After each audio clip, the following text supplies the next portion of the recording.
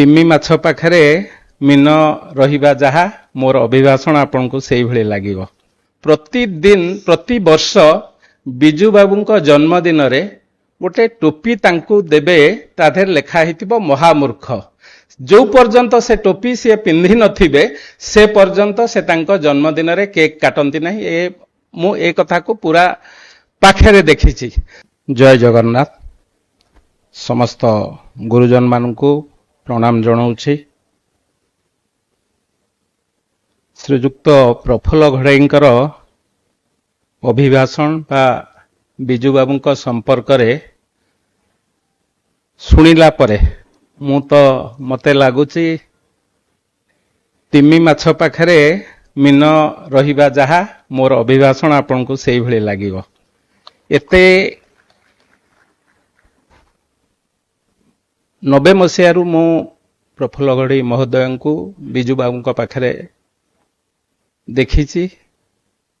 जदिबा आमर संपर्क मोर संपर्क बिजू बाबूंको संगे 1986 मसीहारू किंतु बहु गुरुत्वपूर्ण निष्पत्ति समय रे सेतेबेलर 90 मसीहार सरकार बा बिजू बाबू को मुख्यमंत्री का सरकार बेले बहु निष्पत्ति रे श्रीजुक्त प्रफुल्ल घड़ाई महोदय उपदेश दियंती। बिजू बाबू ताकू ग्रहण करती। एक कथा आमे निजे देखिचु। आमे जदिबा सेतेबेले कॉलेज रे पढुथुलु बहुत कथा कहिले आहुरी बहुत कथा मुख्यमंत्री महोदय कहूतिले आपण कहितांते आमे सुनी थांतु किंतु समय समस्तिंक पई पाबंद है। पाखा पाखी 1 घंटा धरी आपणको अभिभाषण निश्चित भाबे कहिबा स्वाभाविक कथा। आम जातिर आम माटीर आम राज्यर खाली राज्यर कहिले छोट हबो। ये देशर अन्यतम सर्वश्रेष्ठ नेतृत्व केवल ओडिशा नुहे सारा भारत वर्ष रे अन्यतम सेतेबेले एक नेतृत्व आमे बिजू बाबू को बसिला बेले कहूथिले आपण ओडिशा रे जन्म हेई प्रधानमंत्री हेई पारि नाहंती। आपण जदि उत्तर प्रदेश की बड़ राज्य रे कोठी जन्म हेई थांते ताले निश्चित आज आपण को आमे प्रधानमंत्री भावे देखि थांतु। तेणु से कथा को नहीं कि आमे गर्व अनुभव करूछु। एभली एक श्रेष्ठ व्यक्तित्व महान जननायक 109तम जयंती अवसर रे आज सूचना और लोक संपर्क विभाग तरफरु आज ये सांध्य कालीन श्रद्धांजलि सभा एठी उपस्थित अछंती। राज्यर लोकमानंकर मुख्यमंत्री श्रीयुक्त मोहन चरण माझी महोदय उपस्थित अछंती।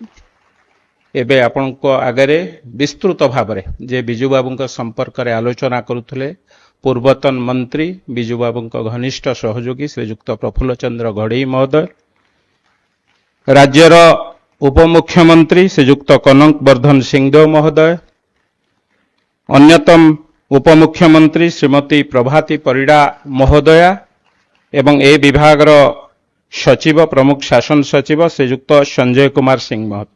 बेसी समय नेबी नाही। आपण माने समस्ते मुख्यमंत्री उपमुख्यमंत्री का अभिभाषण सुनिबा को मात्र 5 मिनिट रे मु सारी देबी। प्रफुल्ल घड़ाई महोदय बहुत कथा कहिले किछि किछि कथा मध्य छाड़ी गले।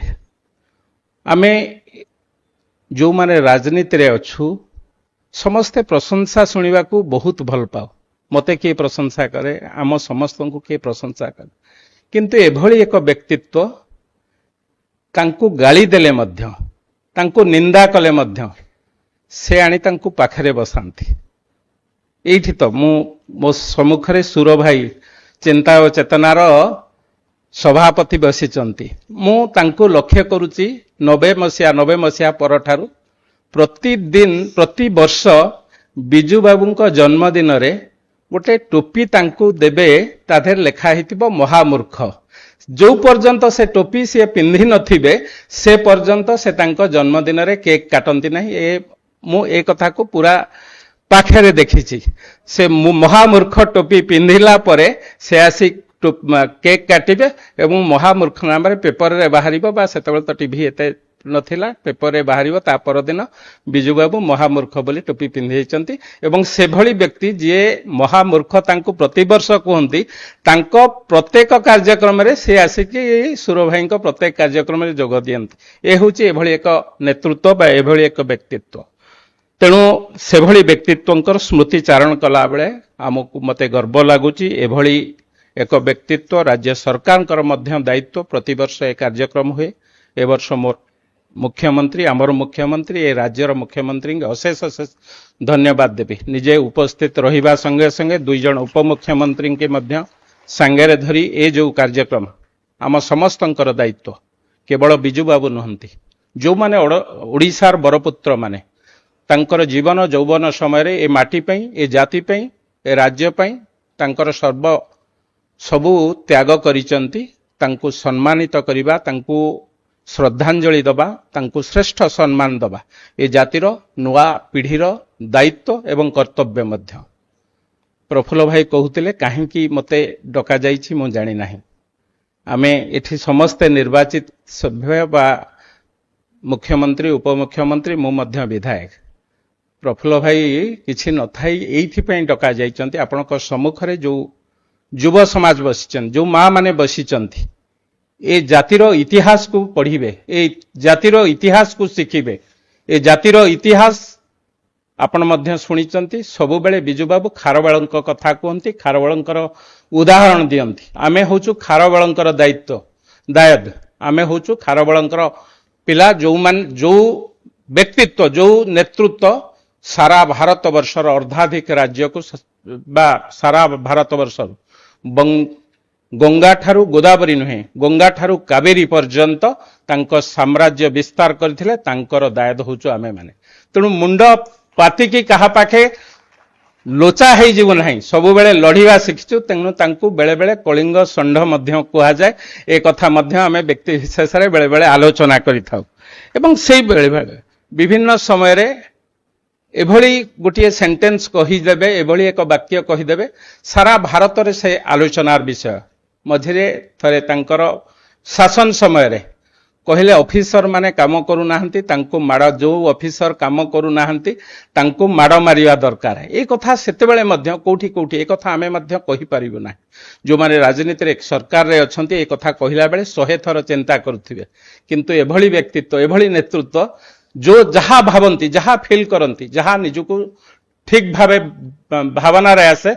से कथा परिप्रकाश करि दियंत एवं शासन रो परवर्ती अवस्था रे मृत्युर किछि दिन किछि वर्ष पूर्वरु गोटे वर्ष पूर्वरु एभली एक वाक्य कहिले जहा सारा भारत वर्ष रे चर्चित हला भारतीय गणतंत्र को आर्मी को हाथ रे देई दवा दरकार ए कथा जेतेबेले कहिले सेतेबेले सारा भारत वर्ष विभिन्न राजनीतिक केवल जनता दल नुहे विभिन्न राजनीतिक दल नेतृत्व समालोचनार शिकार होइथिले तापरे सेतबेलर प्रधानमंत्री चंद्रशेखर सेतबेलर नेतृत्व चंद्रशेखर बोधे प्रधानमंत्री हेई नथिले से आसीथिले तांको भेटिबा पई भेटिबा परे परे 2 दिन परे आमे जाइचु आमे किछि मो कॉलेज रो सभापति हेई साइड थाय मु जाइचि तांको भेटिबा पई कहले आया आपण एमती कहिले चंद्रशेखर जी आसीथिले कोन आपण कोन कहिले एई विषय रे आपण तो निश्चित कहिथिबे ना हो मते कहिले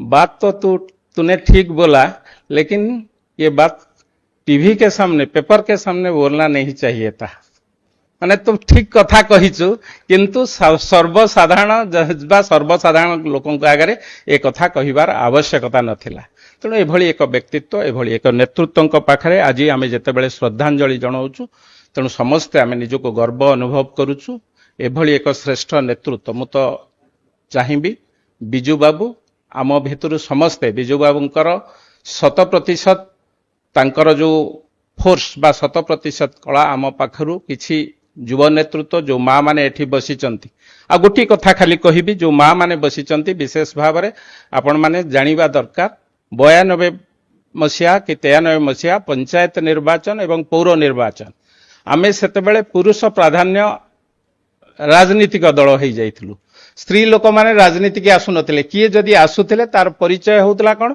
से तार भौणी कि से तार स्त्री कि से तार झियारी एई परिचय रे आसुथिले ବିଜୁ ବାବୁ ସେତେବେଳେ ରାଜନୀତିରେ ଏଭଳି ଏକ ନେତୃତ୍ୱ ମାନଙ୍କୁ ଏଭଳି ଏକ ମହିଳା ମାନଙ୍କୁ ଆଣିଲେ ଯେଉଁମାନେ ରାଜନୀତି କିଛି ଜାଣି ନଥିଲେ ତଥାପି ତାଙ୍କର ଦୃଢ଼ ବିଶ୍ୱାସ ଥିଲା। ସେତେବେଳେ କିରଣବାଳା ମଙ୍ଗରାଜ ନାମକ ଏକ ଭଉଣୀକି ଆଣି ଭୁବନେଶ୍ୱର ଭଳି ମର୍ଯ୍ୟାଦାପୂର୍ଣ୍ଣ ଜାଗାରେ ଚେୟାରମ୍ୟାନ୍ ସେତେବେଳେ ମେୟର ନଥିଲେ ଚେୟାରମ୍ୟାନ୍ ଲଢ଼େଇଲେ ଏବଂ ନିଜ ଦୃଢ଼ତାର ସହିତ ସେତେବେଳେ ତାଙ୍କୁ ସୁରେଶ ରାଉତରାୟ ଲଢ଼ୁଥିଲେ। ସମସ୍ତେ ଭାବୁଥିଲେ ସୁର ରାଉତରାୟ ଜିତିଯିବେ କିନ୍ତୁ ବିଜୁ ବାବୁ ପୁରା ତାଙ୍କ ପାଇଁ ପ୍ରଚାର ପ୍ରସାର କଲେ ଏବଂ ମା ମାନଙ୍କୁ ଅନୁରୋଧ କଲେ ଯଦି ମା ମାନେ ମୋ କ୍ୟାଣ୍ଡିଡେଟକୁ ଜିତେଇ ଭୋଟ ଦେବେ ନିଶ୍ଚିତ ଭାବେ ଏ ଭୁବନେଶ୍ୱର ବିକାଶ ହେବ। ତେଣୁ ଏ କଥା କହିଥିଲେ ଏବଂ ସେତେବେଳେ ମା ମାନଙ୍କୁ ବାହାରକୁ ଆଣିବାର ଯଥେଷ୍ଟ ଅବଦାନ ତାଙ୍କର ଥିଲା। ତେଣୁ ଏଭଳି 33% ଆଜ୍ଞା ସେତେବେଳେ ରାଜନୀତି କ୍ଷେତ୍ରରେ ମହିଳାମାନଙ୍କୁ 33%। ଆଜି ଯଦି ଆପଣମାନଙ୍କର ପରିଚୟ ଆଜି ଆମେ ମୋର ଭଉଣୀମାନେ ମୋର ମା ମାନେ ରାଜନୀତିକି ଆସିଛନ୍ତି ନିଜ ପରିଚୟ ନେଇକି ଆସିଛନ୍ତି ଆଉ ସ୍ୱାମୀ କି ଭାଇର ପରିଚୟ ଦରକାର ନାହିଁ। ମୋ ଅପା ତ ଏଠି ବସିଛି ନିଜ ପରିଚୟରେ ଆଜି ନିଜ ନାଁକୁ ହଟେଇକି ସୁଭଦ୍ରା ନାଁରେ ମୋ ଅପା ପରିଚିତ ହେଇଗଲାଣି। ତେଣୁ ସବୁ ମା ମାନଙ୍କୁ ପୁଣି ଥରେ ପ୍ରଣାମ ଜଣାଉଛି। ଏଭଳି ଏକ ଶ୍ରେଷ୍ଠ ନେତୃତ୍ୱଙ୍କ ପ୍ରତି ଶ୍ରେଷ୍ଠ ବ୍ୟକ୍ତିତ୍ୱଙ୍କ ପ୍ରତି ଗଭୀର ଶ୍ରଦ୍ଧାଞ୍ଜଳି ଜଣାଇ ଆପଣମାନଙ୍କୁ ସମସ୍ତଙ୍କୁ ପୁଣି ଥରେ ପ୍ରଣାମ ଜଣାଇ ରହୁଛି। ଧନ୍ୟବାଦ। ବନ୍ଦେ ଉତ୍କଳ ଜନନୀ।